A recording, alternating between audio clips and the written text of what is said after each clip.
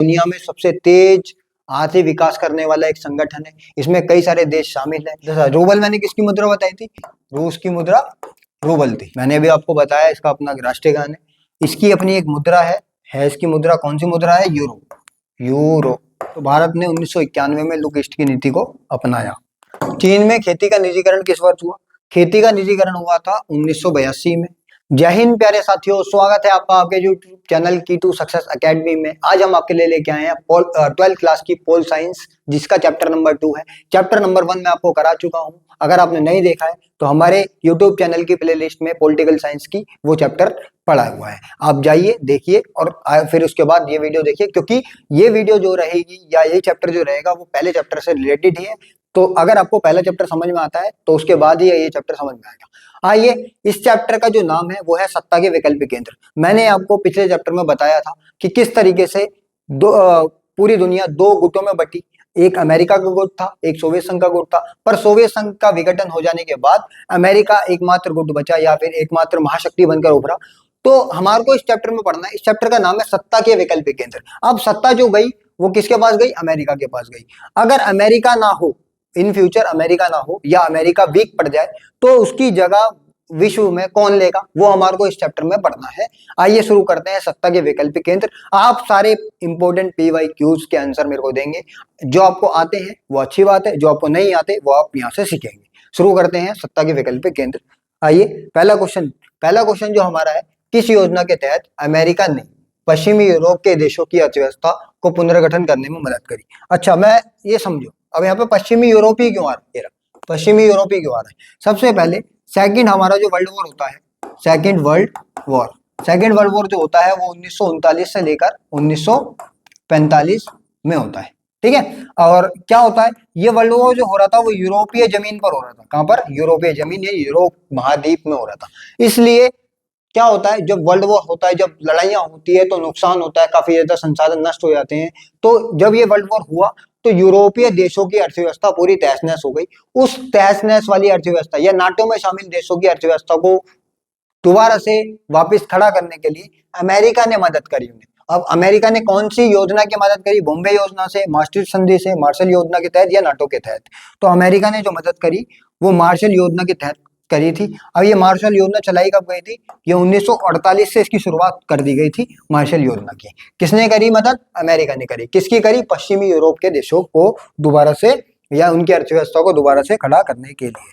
Next question देखेंगे, बताएंगे आप आंसर क्या कह रहा है हमारा नेक्स्ट क्वेश्चन। देखिए, पश्चिमी यूरोप के देशों को आर्थिक मदद देने के लिए यूरोपीय आर्थिक सहयोग संगठन की स्थापना किस वर्ष की गई? अच्छा, क्यों गई? पहले स्थापना किसकी करी गई?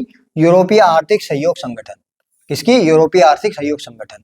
क्यों करी गई थी? क्योंकि पश्चिम यूरोप को, यूरोपीय देशों को आर्थिक सहायता मिल सके। अब ये कब करी गई थी? 1946 में नहीं, 1945 में नहीं, 1944 में नहीं। कब करी गई थी? 1948 में करी गई थी। क्यों करी गई थी? ताकि पश्चिमी यूरोप के सारे देशों को आर्थिक सहायता दी जा सके। नेक्स्ट क्वेश्चन देखेंगे और बताएंगे। देखिए, यूरोपीय परिषद का गठन किस वर्ष हुआ? यूरोपीय परिषद का गठन है ना, यूरोपियन काउंसिल का गठन किस वर्ष हुआ? अब ये कब हुआ? 1946 में हुआ नहीं, 1949 में, 1944 में हुआ नहीं, 1948 में क्या हुआ था? यूरोपीय आर्थिक सहयोग संगठन। पर 1949 में हुआ किसका? यूरोपीय परिषद की गठन। अब ये क्यों करा गया था? ये करा गया था ताकि इसे राजनीतिक सहायता दी जा सके। राजनीतिक सहायता के लिए, राजनीतिक सहायता के लिए। क्यों करी गई थी? राजनीतिक सहायता के लिए। कब करी गई थी? 1949 में। किसका? यूरोपीय परिषद का गठन। नेक्स्ट क्वेश्चन देखिए, क्या बोल रहा है हमारा नेक्स्ट क्वेश्चन का कहना है यूरोपीय इकोनॉमिक कम्युनिटी की स्थापना किस वर्ष हुई? इकोनॉमी यानी आर्थिक के बारे में बात हो रही है, फिर पैसों से रिलेटेड बात है।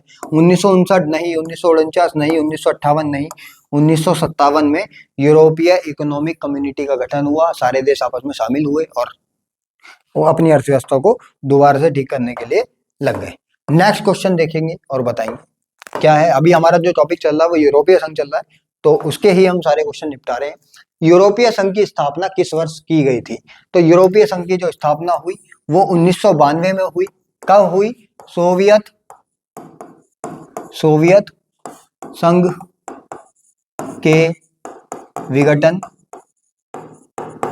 के बाद।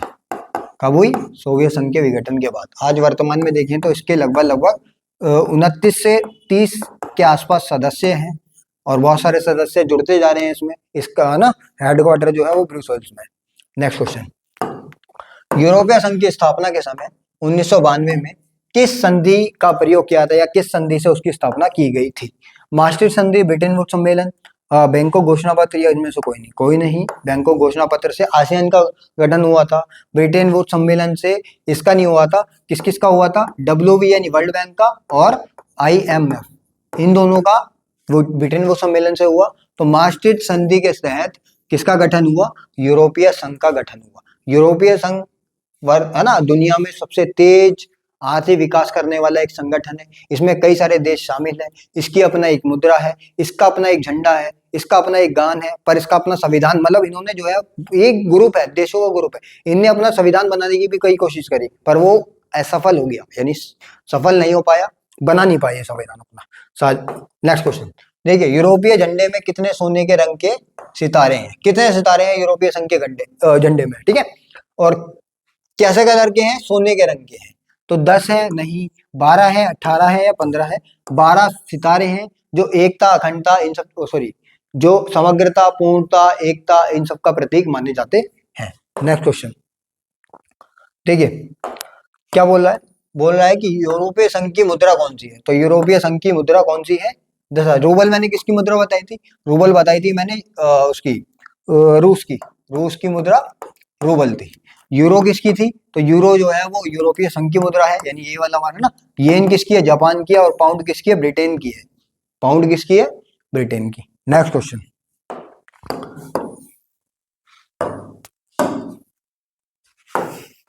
देखिए, यूरोपीय संघ के किस सदस्य ने यूरो को नहीं अपनाया? कौन से देश यूरोपीय संघ के, एक देश या एक से ज्यादा देश ऐसे थे जिसने यूरोपीय मुद्रा यूरो को मानने से इनकार कर दिया? तो कौन से ऐसे सदस्य थे ना? स्वीडन था, डेनमार्क था, या डेनमार्क और स्वीडन दोनों था, या फिर सिर्फ डेनमार्क था? तो स्वीडन भी था और डेनमार्क भी था। हम कह सकते हैं एक और दो दोनों, यानी स्वीडन और डेनमार्क दोनों थे जिन्होंने यूरोपीय मुद्रा यूरो को मानने से, यूरोपीय संघ की मुद्रा यूरो को मानने से इनकार कर दिया, मतलब माने नहीं, इन्होंने नहीं अपनाई। नेक्स्ट क्वेश्चन देखिए, यूरोपीय संसद के लिए पहला प्रत्यक्ष चुनाव कब हुआ था? यूरोपीय संसद के लिए पहला प्रत्यक्ष चुनाव जो हुआ वो कब हुआ था? 1979 में हुआ था। ये ऑप्शन हमारे सारे गलत हो जाएंगे। कब हुआ था चुनाव? ये इंपॉर्टेंट क्वेश्चन है, कई बार पूछा भी गया है और पिछले कुछ सालों में। नेक्स्ट क्वेश्चन,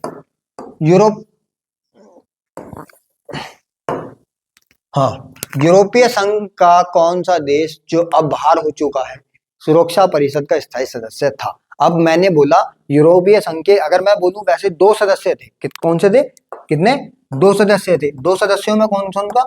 एक तो ब्रिटेन था, ब्रिटेन, और दूसरा था फ्रांस।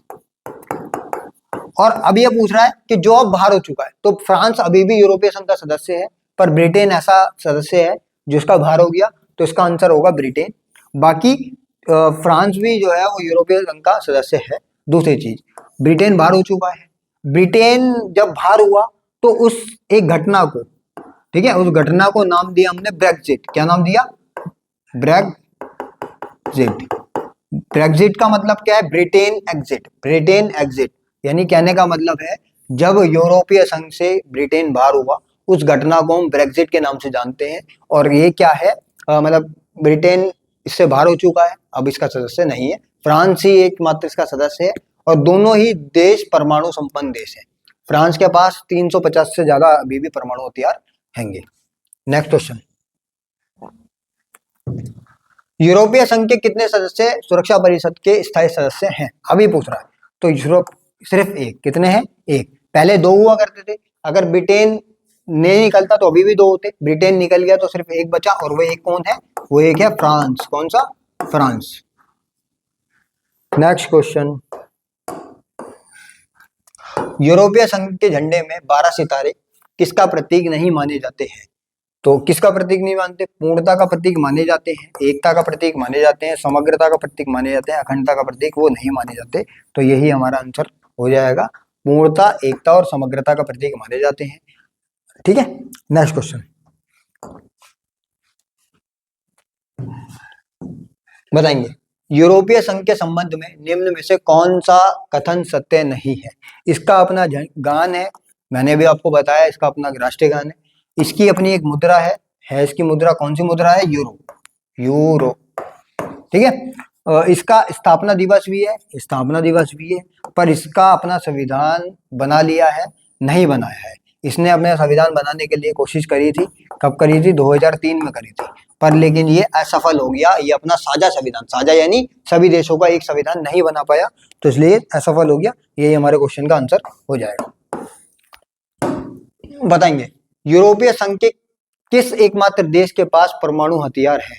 तो जर्मनी के पास है, नहीं, डेनमार्क के पास है, स्वीडन के पास है, किसके पास है? फ्रांस के पास है। किसके पास है? फ्रांस देश के पास है एकमात्र परमाणु हथियार, जो किसका सदस्य है? यूरोपीय संघ का सदस्य है। नेक्स्ट क्वेश्चन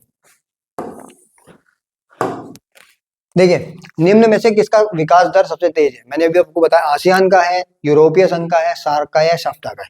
तो सार्क का यूरोपीय संघ का विकास बहुत तेज है, और ऐसा भी माना जाता है कि अगर ये बहुत तेज गति से अपना विकास करता रहा तो एक दिन ये अमेरिका, चीन जैसे देशों को भी पीछे छोड़ देगा, रूस को भी छोड़ देगा पीछे, और सबसे आगे अर्थव्यवस्था के क्षेत्र में यूरोपीय संघ का नाम हो जाएगा।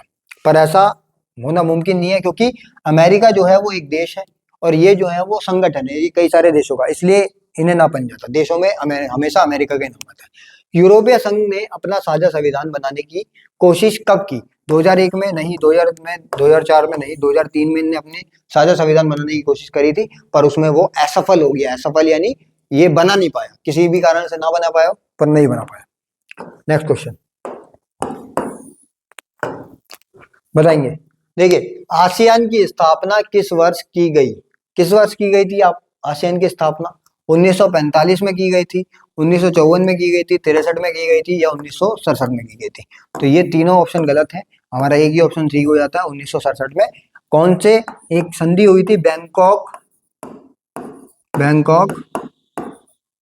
घोषणा के तहत जो है वो क्या करा गया था? इसका संविधान का इसकी स्थापना की गई थी, 1967 में की गई थी। नेक्स्ट क्वेश्चन, अब हमारा आसियान का टॉपिक आ गया।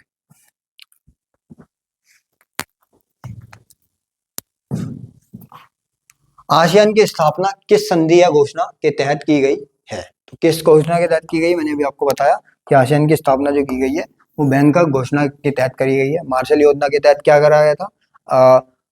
अमेरिका ने पश्चिमी यूरोपीय देशों को मदद करी थी। बॉम्बे योजना क्या है? वो अभी आपके मतलब सिलेबस में तो है, पर लेकिन इस वाली बुक में नहीं है, वो जब होगी। कोई नहीं, इसका आंसर होगा नहीं। तो बैंकॉक घोषणा के तहत आसियान की स्थापना 1967 में की गई थी। कितने देशों ने करी थी? 5 देशों ने मिलकर करी थी।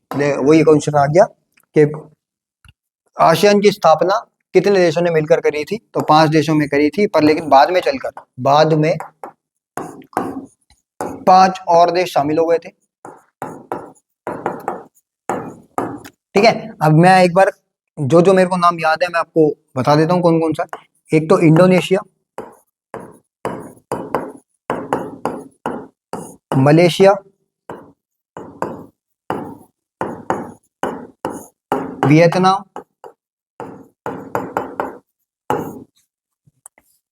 थाईलैंड, सिंगापुर, ठीक है, लाओस,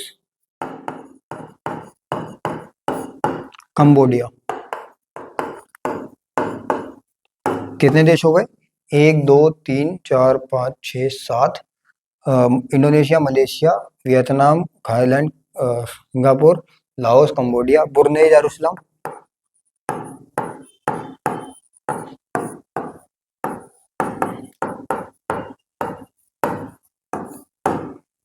ठीक है, म्यांमार, और इंडोनेशिया, मलेशिया 1 2 3 4 5 6 7 8 9। तो 9 देश हो गए। एक देश मेरे को याद नहीं आ रहा, आप जो है कमेंट में जरूर बताएंगे हमारे को कि कौन सा 10वां देश है जो आसियान का सदस्य है, बाद में शामिल हुआ। नेक्स्ट क्वेश्चन क्या है हमारा, तो वो बताएंगे। 2003 में अपनाए गए कौन से मतलब आसियान का कौन सा स्तंभ नहीं है? आसियान सुरक्षा समुदाय है, आसियान आर्थिक समुदाय है, आसियान सैन्य समुदाय है, आसियान सामाजिक सांस्कृतिक समुदाय है। तो सुरक्षा समुदाय है, आर्थिक समुदाय है और सामाजिक और सांस्कृतिक समुदाय है, पर आसियान का सैन्य समुदाय नहीं है। आसियान का सैन्य समुदाय नहीं है। आर्थिक, सुरक्षा और सामाजिक सांस्कृतिक समुदाय, ये 3 मुख्य समुदाय आसियान के हैं। नेक्स्ट क्वेश्चन देखेंगे। देखिए, आसियान क्षेत्रीय मंच की स्थापना किस वर्ष की गई थी? तो आसियान क्षेत्रीय मंच की स्थापना 1954, ठीक है, 1994 में की गई थी, 1994 में। अच्छा, मैं एक चीज आपको बताना चाहता हूँ, आसियान शैली है। देखिए, ये एक ऐसा सदस्य है, मतलब सॉरी, ये एक ऐसा संगठन है जो क्या काम करता है? जो काम करता है, ये कहता है कि अगर देशों के बीच में कोई भी टकराव हो रहा है, टकराव का मतलब 2 देशों में कोई भी मतभेद पैदा हो रहे हैं, तो उस मतभेद को लड़ाई तक मत लेके जाओ या किसी भी ऐसा गर्मा गर्मी तक मत लेके जाओ, बातचीत करके एक शांतिवादी तरीके से इसे सुलझा लो। यही जो नीति है आसियान की, क्या है, इसी को कहते हैं आसियान शैली। दोबारा मैं आपको बता देता हूँ, किन्हीं भी 2 देशों या 2 से ज्यादा देशों के बीच में अगर कोई मतभेद है, तो उसको लड़ाई से ना सुलझाकर बातचीत से सुलझाने वाली नीति इसने अपना रखी है। इसने अपने आप को अपने तक ही सीमित करा है, ना कि दूसरों की आंतरिक मामलों में इन्होंने दखल अंदाजी की है। तो इसलिए इसका विकास दर जो है वो बहुत तेज हो रहा है और बहुत तेजी से विकास कर रहा है। ये मुक्त व्यापार करते हैं, मुक्त व्यापार फ्री ट्रेड, कोई भी बिना टैक्स के, तो जिससे जो है वो लगातार ये आर्थिक विकास कर रहे हैं। और दूसरी चीज, मैं आपको एक चीज बताना चाहता हूँ कि यूरोपीय संघ, मैंने आपको जो बताया है, एक क्वेश्चन पूछ लिया जाता है कि यूरोपीय संघ की जो स्थापना की गई थी वो आर्थिक सहयोग यानी आर्थिक स्थिति को सुधार करने में की गई थी, लेकिन इसने बाद में चलकर अपना संवैधानिक रूप ले लिया, संवैधानिक या राजनीतिक रूप ले लिया। क्या क्यों कहते हैं हम इसे ऐसे लिया? क्योंकि देखो, इसने जो है वो अपना राष्ट्रीय गान बना लिया, इसने इसकी जो है वो स्थापना दिवस है, इसने अपना संविधान बनाने की कोशिश करी। इसकी स्थापना इसलिए हुई थी ताकि इन देशों को क्या मिल सके, आर्थिक सहायता मिल सके, पर बाद में चलकर इन्होंने क्या कर लिया, अपने आप को राजनीतिक रूप से बहुत बड़ा कर लिया। तो इसलिए कहते हैं इसने जो है वो अपनी स्थापना के पर्पस को अलग कर कर अपना दूसरा पर्पस बना लिया। किसने? यूरोपीय संघ ने। मैंने आसियान शैली भी आपको बता दी है, क्या क्या देश इसमें शामिल थे। आसियान क्षेत्रीय मंच की स्थापना 1993 में की गई। नेक्स्ट क्वेश्चन पर चलते हैं। देखिए, आसियान के झंडे में कितने धान की बालियां हैं? तो आसियान के झंडे में 10 धान की बालियां हैं, जो एकता, समग्रता का प्रतीक माना जाता है। नेक्स्ट क्वेश्चन देखिए, क्या कह रहा है, कंबोडिया के टकराव को किसने समाप्त किया? तो कंबोडिया के टकराव को भी किसने समाप्त किया? आसियान ने ही समाप्त करा, यूरोपीय संघ, चीन, सार्क नहीं। नेक्स्ट क्वेश्चन, भारत ने किस वर्ष लुक ईस्ट की नीति अपनाई? तो भारत ने 1991 में लुक ईस्ट की नीति को अपनाया। नेक्स्ट क्वेश्चन, क्या कह रहा है, भारत आसियान के किस सदस्य के साथ मुक्त व्यापार नहीं करता? Malaysia, Singapore, Thailand. Malaysia, Singapore, Thailand तीनों के संग कहता है। ब्रुनेई, दारुसलाम के साथ नहीं करता। तो ये हमारा आंसर हो जाएगा। नेक्स्ट क्वेश्चन, चीन की क्रांति किस वर्ष हुई? तो चीन की क्रांति 1949 में हुई। देखिए, मैं बता रहा हूँ, चीन जो है, आज हम देख रहे हैं चीन कितना आगे बढ़ चुका है, भारत से भी आगे बढ़ गया है, ठीक है। पर लेकिन क्या हुआ था कि एक समय ऐसा था जिसमें चीन भी जो है वो पिछड़ा हुआ था। कोई भी मतलब दूसरे देशों पर अपनी बेसिक चीजों के लिए निर्भर था, बहुत गरीबी थी, बेरोजगारी थी चीन में भी, पॉपुलेशन हमेशा उसकी ज्यादा रही है ना। पर लेकिन उसने अपनी इतनी ताकत दिखा दी कि उसने अपने आप को या अपनी जो है अंतरराष्ट्रीय स्थिति को पूरे तरीके से बदल दिया। आज डेवलप्ड कंट्री में उसका नाम आता है, विकसित देशों में उसका नाम आता है दूसरे या तीसरे नंबर पर। क्यों हुआ ऐसा? क्या उसने ऐसा अलग करा? वही हम इस चैप्टर में जानेंगे। देखिए, सबसे पहले जो है चीन वो साम्यवाद का समर्थक था। किसका? साम्यवाद, यानी इसका जो दोस्त था वो था यूएसएसआर। पर लेकिन किसी बात से चीन की यूएसएसआर से मतभेद पैदा हो गए, अंतरराष्ट्रीय स्तर पर चीन जो है वो अकेला हो गया और इसने साम्यवाद को मतलब मानने से इनकार कर दिया। फिर ये अकेला रहा, अपनी बेसिक चीजें अपने देश के अंदर अंदर बनाता रहा, दूसरे पर निर्भरता इसने कम करी, ठीक है। तो ये था। अब ये बोल रहा है किस वर्ष चीन ने अमेरिका के साथ अपने राजनीतिक संबंध स्थापित करे। तो चीन ने अमेरिका के संग अपने राजनीतिक संबंध 1972 में स्थापित कर लिए और अपने आप का अंतर्राष्ट्रीय अकेलापन इनने समाप्त कर लिया चीन सॉरी अमेरिका के संग राजनीतिक संबंध बनाकर। नेक्स्ट क्वेश्चन, किस वर्ष चीन में आधुनिकीकरण के 4 प्रस्ताव रखे गए थे। तो आधुनिकीकरण के 4 प्रस्ताव चीन में 1900 कब रखे गए, 1972 में, सॉरी 1973 में। चीन में आधुनिकीकरण के 4 प्रस्ताव 1973 में रखे गए थे, ठीक है। और किसने रखे थे, चाउ एन लाई करके एक नेता थे, उन्होंने आधुनिकीकरण के 4 प्रस्ताव रखे थे। किस किस क्षेत्र में आधुनिकीकरण था, चलिए नेक्स्ट क्वेश्चन मैंने आपके लिए रखा है, उसमें बताएंगे। देखिए क्या कह रहा है, निम्न में से कौन सा विषय आधुनिकीकरण के 4 प्रस्तावों में से एक नहीं है। कौन सा विषय नहीं है, तो कृषि के क्षेत्र में आधुनिकीकरण का प्रस्ताव था, उद्योग के क्षेत्र में आधुनिकीकरण का प्रस्ताव था, प्रौद्योगिकी के क्षेत्र में आधुनिकीकरण का प्रस्ताव था, व्यापार के क्षेत्र में नहीं था, और चौथा जो क्षेत्र था वो था सेना। सेना को भी इन्होंने क्या करा था, आधुनिकीकरण करा था सेना का भी। तो ये 4 प्रस्ताव थे आधुनिकीकरण के जो रखे गए थे। नेक्स्ट क्वेश्चन, खुले द्वार की नीति कब अपनाई गई। तो 1978 है ना, ये पूछ रहा पहले किसने अपनाई। तो देंग शियाओपिंग के नाम के एक नेता थे चीन में, उन्होंने चीन में खुले द्वार की नीति अपनाई, जिससे चीन को काफी ज्यादा फायदा हुआ।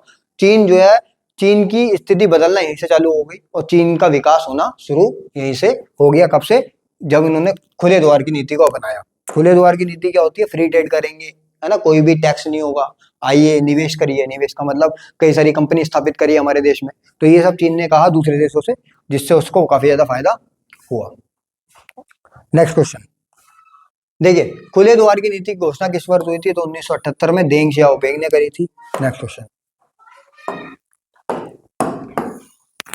चीन में खेती का निजीकरण किस वर्ष हुआ। खेती का निजीकरण हुआ था 1982 में, और उद्योग का निजीकरण हुआ था 1998 में, 1998 में क्या हुआ था, उद्योगों का और है ना, उद्योगों का निजीकरण।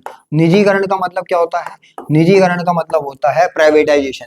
यानी अगर जो भी चीज सरकार चला रही है, आप सरकार ना चलाकर कोई भी प्राइवेट कंपनी उसे हैंडल करेगी। तो वही हुआ था, है ना। अब खेती करेगी कौन, मतलब खेती किस वर्ष करी गई, 1982 में, और उद्योग का प्राइवेटाइजेशन कब हुआ, 1998 में। नेक्स्ट क्वेश्चन, चीन में उद्योगों का निजीकरण किया हुआ, मैंने आपको बता दिया है, 1998 में चीन में उद्योगों का निजीकरण हुआ। नेक्स्ट क्वेश्चन देखते हैं, चीन विश्व व्यापार संगठन का सदस्य किस वर्ष बना।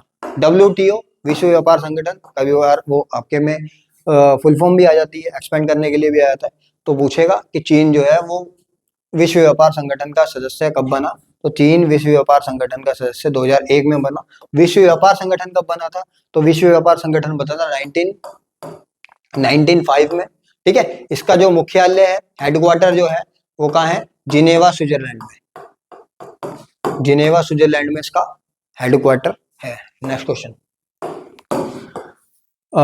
इसी रफ्तार से चीन विश्व का सबसे बड़ी अर्थव्यवस्था किस वर्ष तक बन जाएगा। अगर चीन का विकास करने की दर यही रही तो किस वर्ष तक जाकर चीन दुनिया की सबसे बड़ी अर्थव्यवस्था बन जाएगा। तो 2050, 2040, 2030, 2045, तो 2040 तक अनुमान लगाया जाता है कि चीन अगर इसी गति से अपना विकास करता रहा तो दुनिया की सबसे बड़ी अर्थव्यवस्था बन सकता है।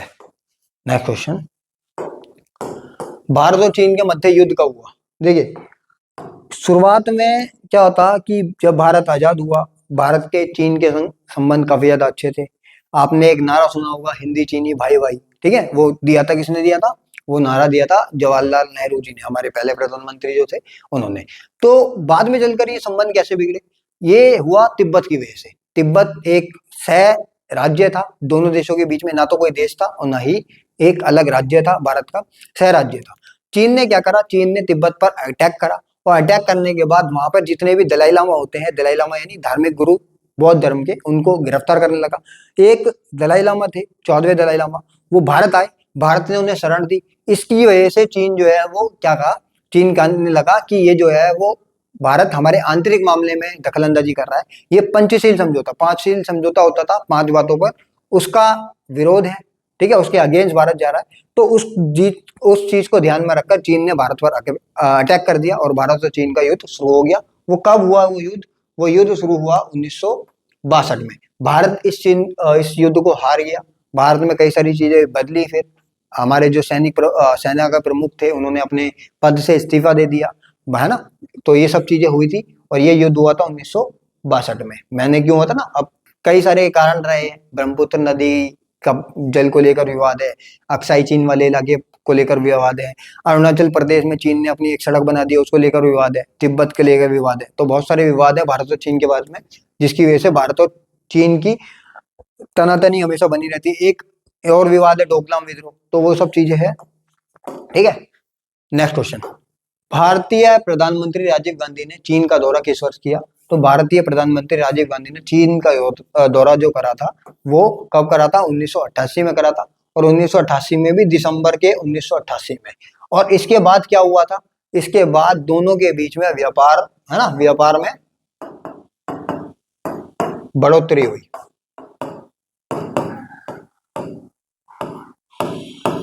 तो ये इसलिए जो है वो किया गया था। Next question,